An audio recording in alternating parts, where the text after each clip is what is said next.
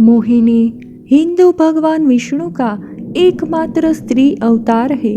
इसमें उन्हें ऐसी स्त्री रूप में दिखाया गया है जो सभी को मोहित कर ले। उसके मोह से वशीभूत होकर कोई भी सब भूल जाता है। इस अवतार का उल्लेख महाभारत में भी आता है। जो इस रूप के दर्शन व इसकी महिमा का श्रवण करता है उसका कल्याण निश्चित है। तो आखिर भगवान विष्णु ने क्यों लिया मोहिनी अवतार और देवताओं ने अमृत के लिए समुद्र मंथन किस प्रकार किया, ये सब हम इस वीडियो में जानेंगे। तो चलिए शुरू करते हैं भगवान विष्णु के स्त्री रूपी मोहिनी अवतार की रोचक कहानियों का आध्यात्मिक सफर। एक दिन ऐरावत पर भ्रमण करते हुए इंद्र से मार्ग में महर्षि दुर्वासा मिले। उन्होंने इंद्र पर प्रसन्न होकर उन्हें अपने गले की पुष्पमाला को ऐरावत के मस्तक पर डाल दिया और ऐरावत ने अपनी सूंड से नीचे डालकर पैर से कुचल दिया। अपने प्रसाद का अपमान देखकर महर्षि दुर्वासा ने इंद्र को श्री भ्रष्ट होने का शाप दे दिया। महर्षि के शाप से श्रीहीन इंद्र दैत्यराज बलि से पराजित हो गए। दैत्यराज बलि का तीनों लोकों पर अधिकार हो गया। हार कर देवता ब्रह्मा जी को साथ लेकर भगवान विष्णु की शरण में गए और इस घोर विपत्ति से मुक्ति दिलाने की प्रार्थना की।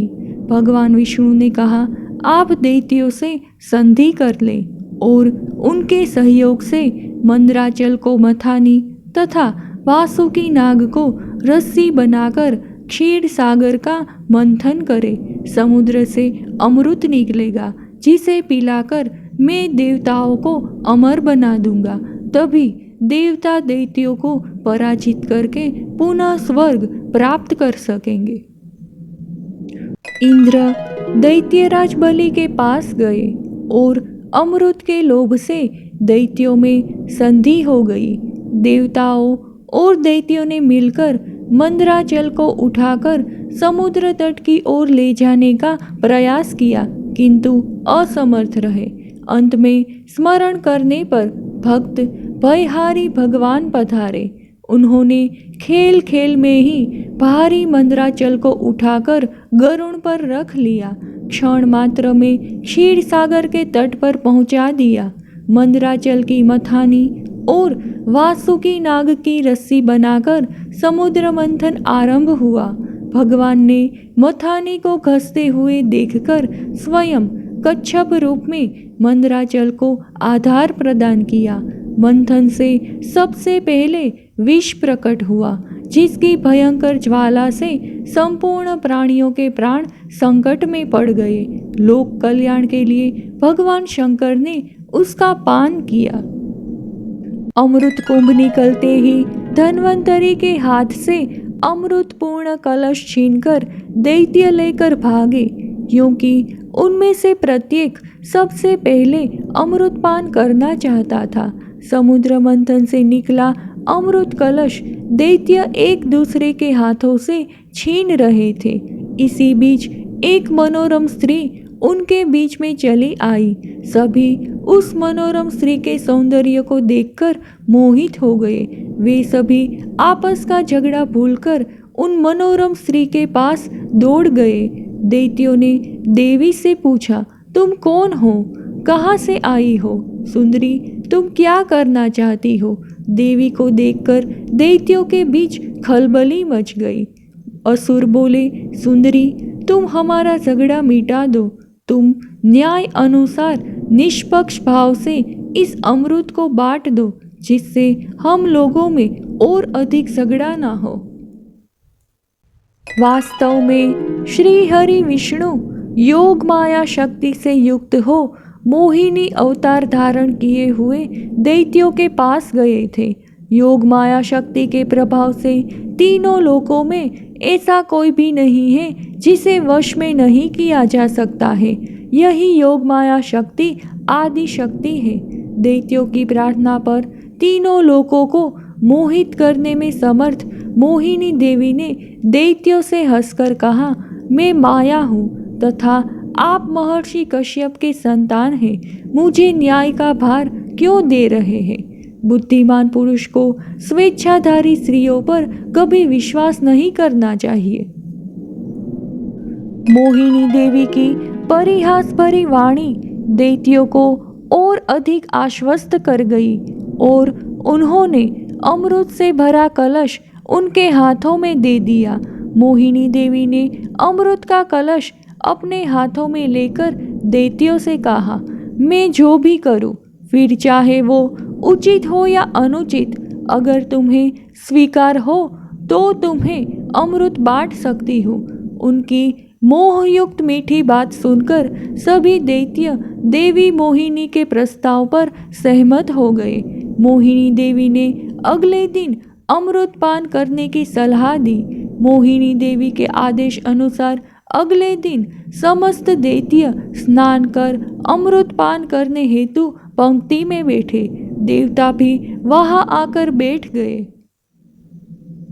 मोहिनी देवी अमृत का कलश हाथ में लेकर आई। बाद में भगवान के इस मोहिनी अवतार ने देवों को अमृत पान कराया और दैत्यों के साथ छल किया। जिस समय भगवान मोहिनी रूप में देवताओं को अमृत पिला रहे थे, तभी राहु धैर्य न रख सका। वह देवताओं का रूप धारण करके सूर्य और चंद्रमा के बीच में बैठ गया।